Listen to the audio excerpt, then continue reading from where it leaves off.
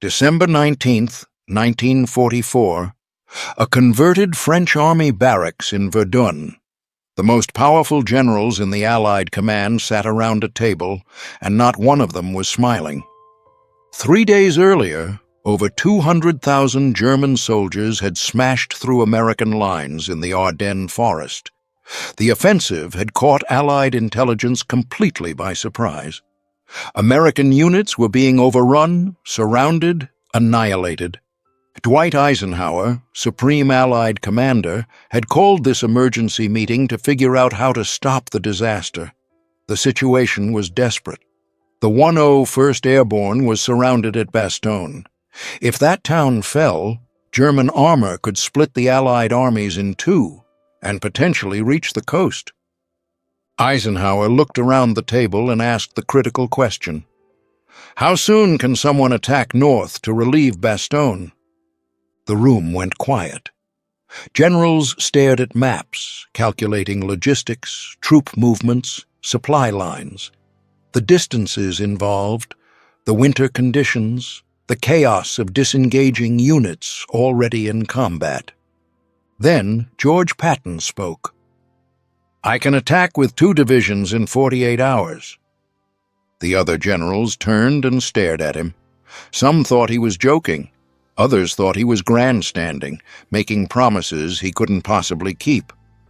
48 hours to disengage 3 divisions from active combat, rotate an entire army 90 degrees, move over 100,000 men and thousands of vehicles through snow and ice, and launch a coordinated attack against hardened German positions. It was operationally impossible. Every general in that room knew it. But Patton wasn't bluffing. He wasn't grandstanding. He was the only general in that room who had seen this attack coming, and he had been preparing for it for 11 days. December 9th, 1944. 10 days before the Verdun meeting, Patton's headquarters in Nancy, France. Colonel Oscar Koch walked into Patton's office carrying a stack of intelligence reports that would change the course of the war. Koch was Patton's G2, his chief intelligence officer.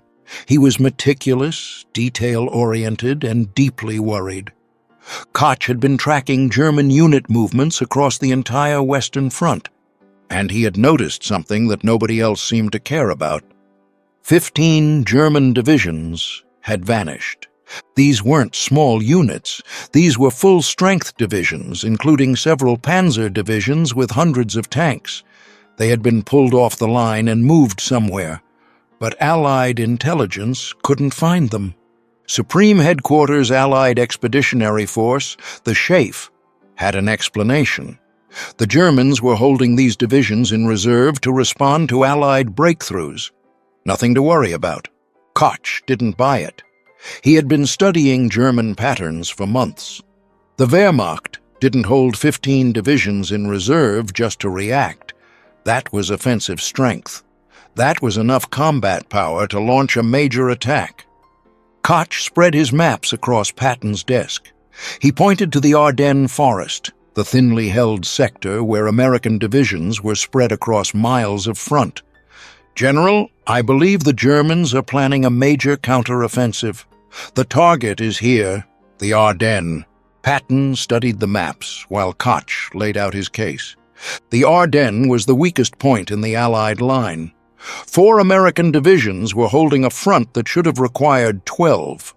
The terrain was difficult, heavily forested, with narrow roads nearly impossible to navigate in winter. That's exactly why SHAEF wasn't worried. The same terrain that made the Ardennes hard to defend also made it hard to attack. No sane commander would launch a major offensive through that terrain in December. But Koch reminded Patton of something. In 1940, the Germans had done exactly that. They had attacked through the Ardennes and reached the English Channel in 6 weeks. It was the campaign that conquered France. Koch had more evidence. German radio traffic had increased dramatically in the sector. Prisoner interrogations mentioned new units arriving. Local civilians reported unusual activity behind German lines. Patton asked Koch a direct question. "If you're right, when does the attack come?" Koch's answer was immediate. "Within the next 2 weeks." Patton picked up the phone and called Omar Bradley, his immediate superior. He laid out Koch's analysis. Bradley listened, but he wasn't convinced. The Schaeff intelligence disagreed. The war was almost over. Germany was beaten. They didn't have the strength for a major offensive. Bradley told Patton not to worry. Patton hung up the phone and looked at Koch. He didn't say anything for a long moment. Then he gave Koch an order. "Start planning." Over the next 10 days, Patton's staff worked in secret.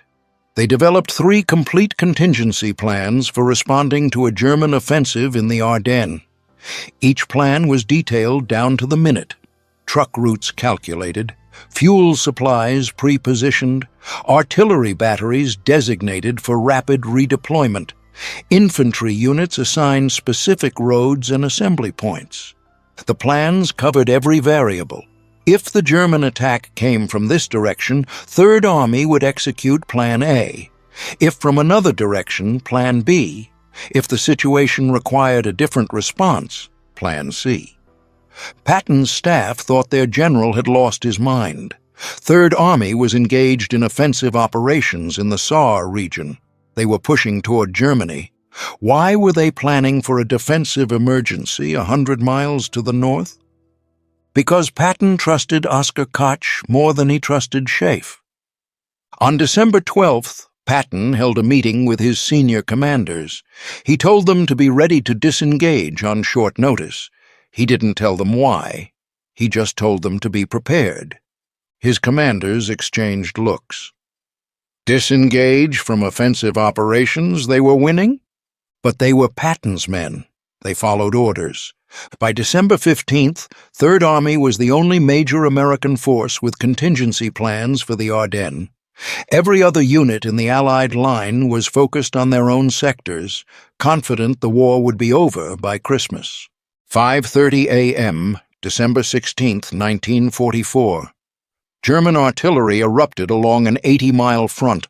Thousands of shells slammed into American positions. Then the infantry came.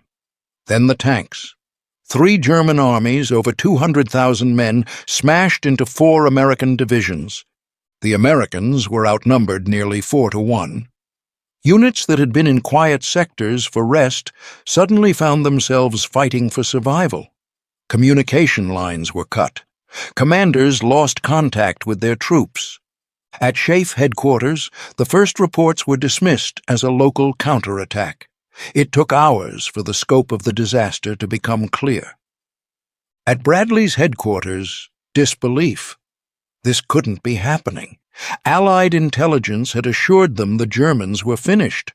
The 106th Infantry Division, newly arrived and positioned in the Ardennes for a quiet introduction to combat, was virtually destroyed. 2 entire regiments surrendered, the largest mass surrender of American troops in the European theater. But at Third Army headquarters, the reaction was different. Patton received the first reports and immediately summoned his staff. He looked at Oskar Koch. "You were right. What's their objective?" Koch studied the incoming reports. "Bastogne. They need the road junction. And then Antwerp." Patton nodded. "Get me General Gaffey. We're executing the contingency plans." While every other American headquarters scrambled to understand what was happening, Patton was already giving orders.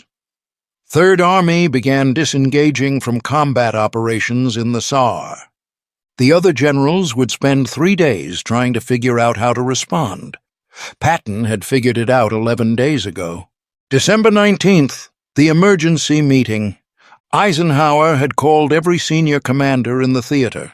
The situation was grim, but Eisenhower opened with a statement that surprised some present. "The present situation is to be regarded as one of opportunity for us, and not of disaster. There will be only cheerful faces at this conference table." Eisenhower understood something important. The German army had come out of its defensive positions. It was exposed. If the Allies could respond quickly enough, they could turn disaster into victory. But responding quickly was the problem. Every unit was in the wrong place. The logistics of turning everything around seemed impossible. That's when Eisenhower asked his question. How soon can someone attack north to relieve Bastogne? The silence stretched. Generals looked at their maps, calculated distances. Then Patton spoke. I can attack with 2 divisions in 48 hours, 3 divisions in 72. The room went quiet. Patton was known for aggressive promises, but this seemed beyond aggressive. This seemed delusional. Eisenhower pressed him. George, this is no time for grandstanding. The 101st Airborne is surrounded. If we promise relief and can't deliver, those men die. Patton didn't blink. Ike, I've already given the orders. Third Army is disengaging now. I have 3 contingency plans prepared. I've been expecting this attack for 11 days. The other generals stared. Expecting it? How could Patton have expected something that caught Schaeff completely by surprise? Eisenhower studied Patton for a long moment. He had known Patton for decades. He knew when Patton was bluffing and when he was serious. Patton was serious. All right, George, get moving. Patton left the Verdun meeting and made one phone call. He reached his chief of staff at 3rd Army headquarters. The message was brief. Play ball. Those 2 words activated contingency plans prepared 11 days earlier.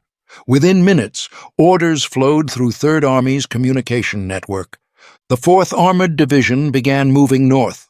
The 26th Infantry Division followed. The 82nd Infantry Division prepared to disengage and redeploy. Truck convoys that had been pre-positioned started loading troops. Artillery batteries began displacing to new positions. Supply depots shifted from supporting offensive operations to supporting a relief attack toward Bastogne. Over 133,000 vehicles would move through snow, ice, and narrow roads. Supply lines running east were redirected north. Units in combat that morning would be in combat again 100 miles away within days. The other Allied armies watched in disbelief. They were still trying to figure out what was happening in the Ardennes. 3rd Army was already responding. Every route had been planned, every contingency considered, every supply cache positioned. Patton wasn't performing a miracle, he was executing a plan. The movement began on the night of December 19th and continued without pause. Imagine turning an army, not a battalion, an entire army. Over 100,000 men, thousands of tanks, trucks, artillery pieces, all moving simultaneously, all arriving at the right place at the right time. The weather was brutal. Snow, ice, freezing temperatures. Vehicles broke down. Men suffered frostbite. But the movement continued. By December 21st, lead elements of the 4th Armored Division were in position. They had moved over 100 miles in less than 48 hours through the worst winter weather in decades while disengaging from combat operations. December 22nd, 3rd Army attacked. The 4th Armored Division drove north toward Bastogne. The fighting was brutal. German forces had established defensive positions along every approach to the surrounded town. Every mile was contested. Tank battles erupted in frozen fields.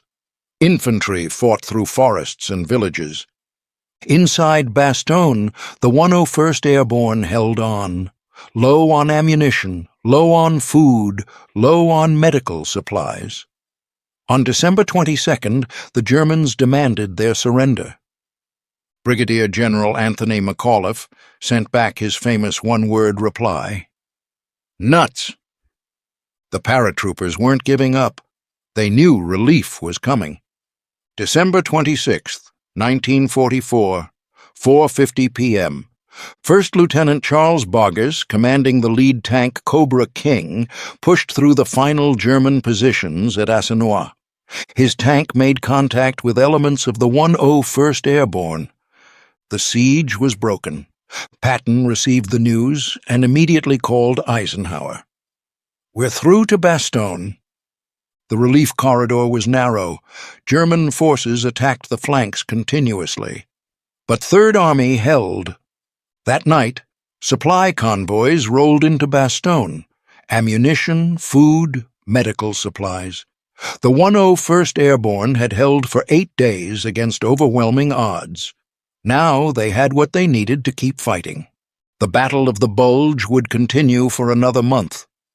The Germans hadn't achieved their strategic objectives, but they had inflicted massive casualties. Over 19,000 Americans killed, over 47,000 wounded, another 23,000 captured or missing. The bloodiest battle the American Army fought in World War II. But the losses would have been far worse without Patton's relief of Bastogne. If the 101st Airborne had been overrun, if the Germans had captured that road junction, the offensive might have succeeded in splitting the Allied armies. The intelligence failure haunted American command. How had over 200,000 German troops achieved complete surprise? How had 15 divisions vanished without anyone noticing? The answer was simple and damning. Someone had noticed.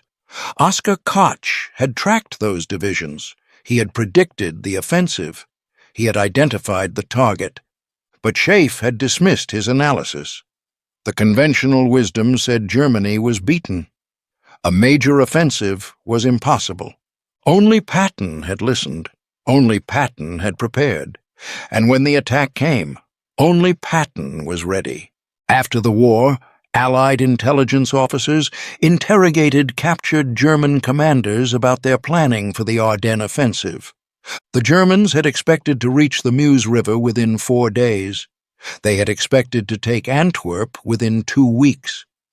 They had expected the American response to be slow, confused, disorganized. What they hadn't expected was George S. Patton. German commanders admitted that Patton's counterattack disrupted their entire timetable. The speed of Third Army's response shocked them.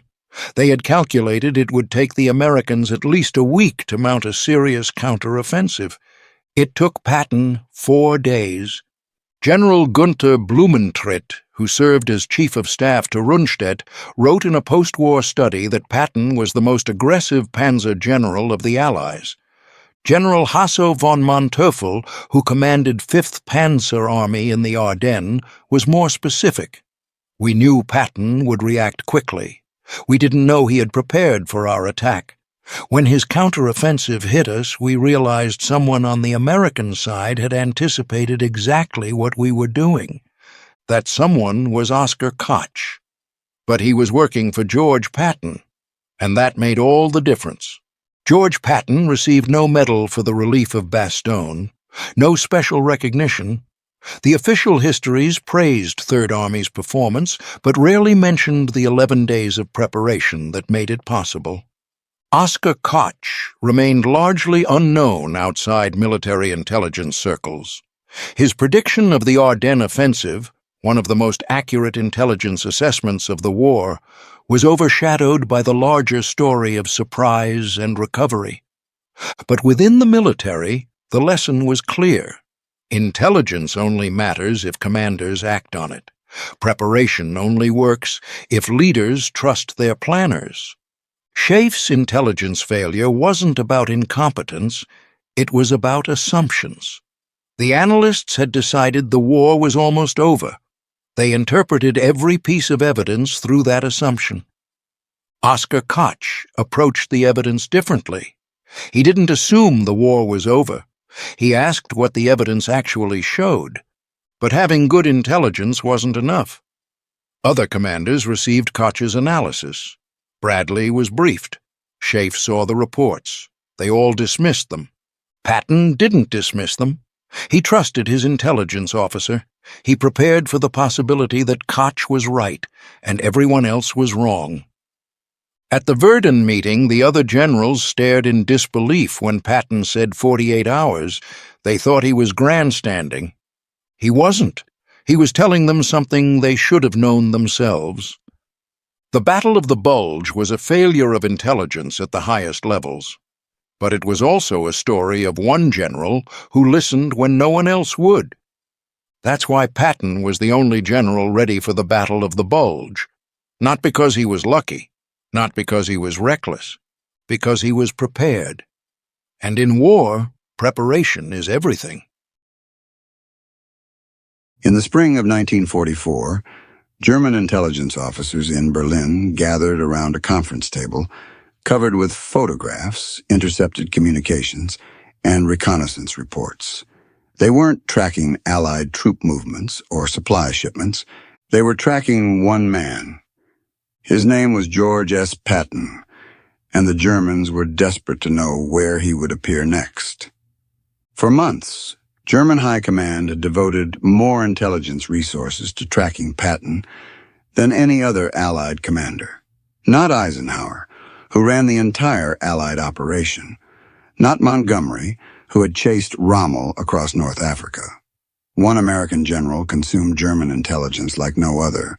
Field Marshal Gerd von Rundstedt, the senior German commander in Western Europe, monitored Patton's movements closely. Any information about his location was considered high-priority intelligence. Rundstedt had fought the best generals the Allies had to offer, but Patton was different. Patton terrified him.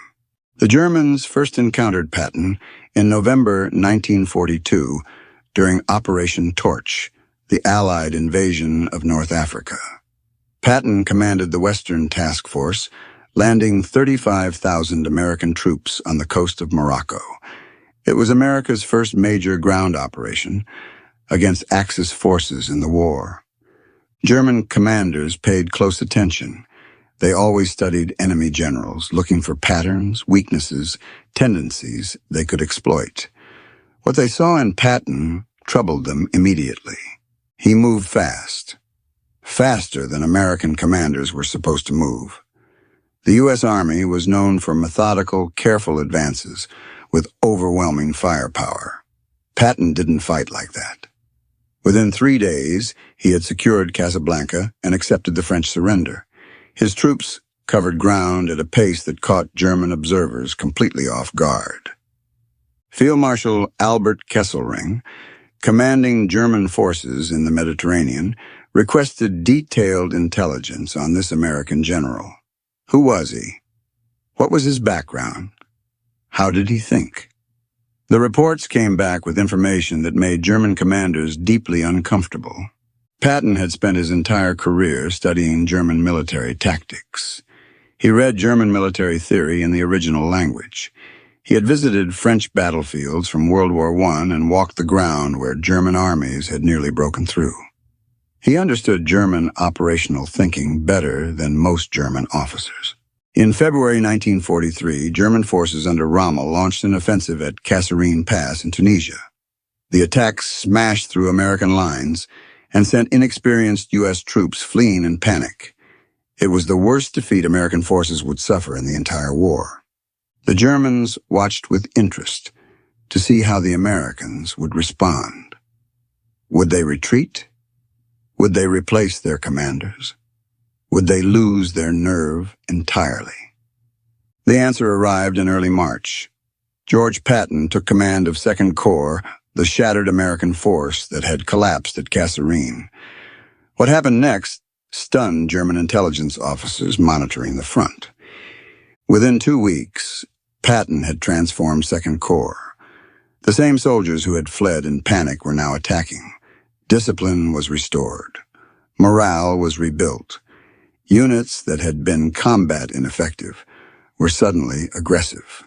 German reconnaissance reported American patrols probing their lines with a new ferocity they hadn't seen before. Rommel himself took notice. In his diary, he wrote that American forces had suddenly become far more dangerous. The change was too rapid to be explained by reinforcements or new equipment. Something else had happened. Someone new was in command. July 1943. The Allies invaded Sicily, the stepping stone to mainland Italy. The plan called for Montgomery's British Eighth Army to take the lead, driving up the eastern coast toward Messina, while Patton's Seventh Army protected his flank. Patton had other ideas. He drove his forces across the western half of Sicily at a pace that astonished everyone, including his own commanders. His troops covered more ground in less time than any Allied force had managed in the entire war. German forces, trying to evacuate across the Strait of Messina, found themselves in a race they hadn't anticipated. Patton was pushing so hard that their escape route was threatened. Units that expected days to withdraw found themselves with hours. The evacuation became chaotic, with German commanders desperately trying to get their men out before Patton cut them off. When Patton reached Messina, he arrived before Montgomery despite starting further away. He had covered 200 miles in 39 days, fighting all the way. German after-action reports described the campaign with a mixture of professional admiration and genuine alarm. One German officer wrote that Patton fought like a panzer commander, not an American infantry general. He took risks that American doctrine didn't allow. He exploited weaknesses before defenders could react. He thought like a German. That was exactly what scared them. August 1943. At the height of his success, Patton visited 2 evacuation hospitals in Sicily. What happened there nearly destroyed his career and handed the Germans an unexpected gift. Patton encountered soldiers suffering from combat fatigue. In his view, they were cowards who had abandoned their comrades. He slapped one soldier across the face. A week later, he slapped another, this time pulling his pistol and threatening to shoot the man. Word of the incidents reached Eisenhower, who was furious. The story leaked to the press. Suddenly, the general, who had just won a brilliant campaign, was facing calls for his removal. Congressmen demanded he be sent home in disgrace. Newspapers ran editorials calling him unfit for command. German intelligence monitored the controversy with great interest. They had identified Patton as the most dangerous American commander. Now the Americans might remove him themselves. German officers couldn't quite believe their luck. But Eisenhower didn't fire Patton. He reprimanded him severely and kept him in place. The Germans noted this decision with concern. The Americans clearly valued Patton despite the scandal. That meant they were probably saving him for something important. By early 1944, Patton had been removed from combat command. He was in England, waiting. The Germans tracked his movements obsessively. They knew he was there. They knew he wasn't commanding any of the forces that would obviously participate in the coming invasion. So what was he doing? German intelligence concluded that Patton must be commanding the main invasion force. It made perfect sense. The Americans wouldn't waste their best general on a secondary operation. Whatever Patton was leading would be the real attack. What the Germans didn't know was that the 1st United States Army Group was a ghost. It existed on paper and in radio signals. It had tanks made of inflatable rubber. Its headquarters buildings were painted plywood. Its massive invasion force existed entirely in German imagination. It was the greatest deception operation of the war. And it only worked because the Germans believed that wherever Patton was, that's where the main attack would come. The German High Command became convinced that the 1st United States Army Group would land at Pas-de-Calais, the shortest crossing point across the English Channel. They positioned their best reserves there. They built their strongest defenses there. They waited for Patton there. June 6, 1944. Allied forces landed at Normandy, 150 miles southwest of Pas-de-Calais. The invasion Hitler had been expecting for years had finally arrived. But German commanders hesitated. Was this the real invasion? Or was this a diversion meant to draw their reserves south before Patton struck at Pas-de-Calais with the main force? Field Marshal Rundstedt wanted to release the panzer reserves immediately, to push the Allies back into the sea. But the order never came.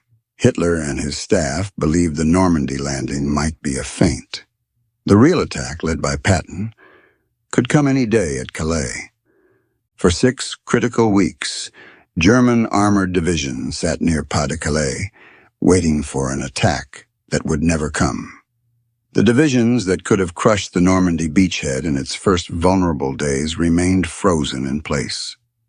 Because of one man. Because the Germans couldn't believe the Americans would leave George Patton out of the most important battle of the war. August 1st, 1944. Patton finally received a combat command. He took control of the Third Army and entered the fighting in Normandy. The Germans had been waiting for him. Now he was here. And he was about to prove every fear they had about him was justified.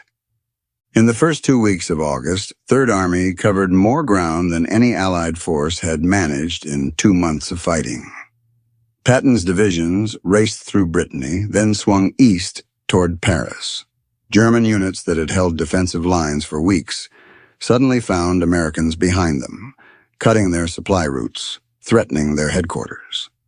The German command structure in western France collapsed. Units lost contact with their headquarters. Orders contradicted each other. Commanders didn't know where the front was because Patton kept moving it. Field Marshal Günther von Kluge, who had replaced Rundstedt as the senior German commander in the West, sent increasingly desperate reports to Berlin. The American Third Army was everywhere. Every time German forces tried to establish a defensive line, Patton was already past it. The situation was out of control. By mid-August, Patton saw an opportunity that could end the war in France in a single stroke. German armies were retreating through a narrow gap near the town of Falaise. If Allied forces could close that gap, they would trap hundreds of thousands of German soldiers. Patton pushed north toward Falaise, while Canadian and Polish forces pushed south. The pocket tightened. German units inside began to panic. Soldiers abandoned their vehicles and tried to escape on foot. Officers lost control of their men. The destruction was catastrophic. German losses in the Falaise pocket exceeded 50,000 captured and perhaps 10,000 killed. Equipment losses were even more devastating. The German army in France lost most of its tanks, artillery, and transport. German officers who survived the pocket later described it as worse than Stalingrad. At least at Stalingrad, they said. There was time to prepare. Patton gave them no time at all. After the war, Allied intelligence officers interrogated captured German generals extensively. They asked about Allied commanders. Which ones did you respect? Which ones did you fear? The answers were remarkably consistent. Montgomery was predictable, the Germans said. He was methodical and careful. You always knew what he would do next. That made him easier to fight. Bradley was competent, but cautious. He didn't take risks. German commanders could anticipate his movements and prepare defenses accordingly. But Patton was different. German generals used words like unpredictable, aggressive, and dangerous. Field Marshal Rundstedt said Patton was the Allied general they most feared. General Fritz Bayerlein, who commanded the Panzer Lehr Division, said Patton was the only Allied commander who had the instincts of a German panzer leader. The Germans respected Rommel because he was bold and unconventional. They found those same qualities in Patton. He didn't fight by the book. He made decisions faster than his opponents could react. He understood that war was about speed and shock and violence, not careful planning and overwhelming force. Rundstedt put it simply. Patton, he said, was the most dangerous man they faced. December 1944.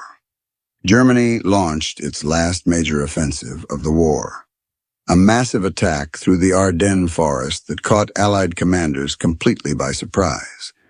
Within days, American forces were in retreat. The 101st Airborne Division was surrounded at Bastogne. The situation was desperate. Eisenhower called an emergency meeting at Verdun. He asked his commanders how quickly they could counterattack. Most generals talked about weeks of preparation. Moving armies was complicated. They needed time. Patton said 48 hours. He could attack in 2 days with 3 divisions. The other generals thought he was grandstanding. It was impossible. You couldn't turn an army 90 degrees and attack on a completely different axis in 48 hours. The logistics alone would take weeks. But Patton had already prepared. His intelligence officer, Oskar Koch, had predicted the German attack when everyone else dismissed the possibility. Patton had quietly developed contingency plans. When the attack came, he was ready. Patton made one phone call. Within hours, Third Army began its pivot north. More than 250,000 men, tens of thousands of vehicles, in winter conditions, across icy roads, in 48 hours. The Germans couldn't believe it. They had expected weeks before any serious counterattack. Instead, Patton was already hitting their southern flank. The relief of Bastogne came on December 26th. The offensive, that was supposed to split the Allied armies, was stopped. After the war, German generals were asked about the Battle of the Bulge. What went wrong? Many of them gave the same answer. They hadn't expected Patton to respond so fast. They thought they had more time. They never learned. From the first day they encountered him in North Africa to the last day of the war, the Germans underestimated how fast Patton could move. And every time, they paid for it. So why did German generals fear Patton more than any other Allied commander? Because he thought like them.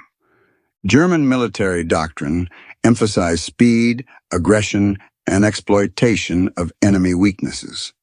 The blitzkrieg that conquered Poland, France, and nearly Russia was built on these principles. German commanders understood this kind of warfare instinctively. Patton understood it too. He had studied German tactics for decades. He had internalized their philosophy of war. When he commanded an army, he fought the way German generals wished they could fight. But there was something else. German commanders could predict what most Allied generals would do.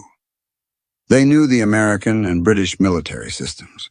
They understood the doctrine, the caution, the reliance on overwhelming firepower before advancing. Patton didn't follow the rules. He attacked when doctrine said to defend. He advanced when logistics said to halt. He took risks that his superiors considered reckless and his enemies considered terrifying. The Germans never knew what Patton would do next. They only knew it would be fast, it would be violent, and it would cost them.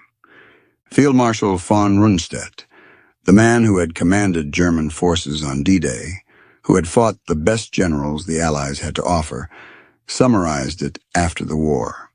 Patton, he said, was the supreme master of mobile warfare. He was a brilliant practitioner of offensive tactics, and he was the Allied general the Germans feared the most. From the deserts of North Africa to the forests of the Ardennes, George Patton earned that fear. One battle at a time, one impossible victory at a time, until the German generals who had conquered Europe learned what it felt like to face a commander who fought exactly like they did. Only better.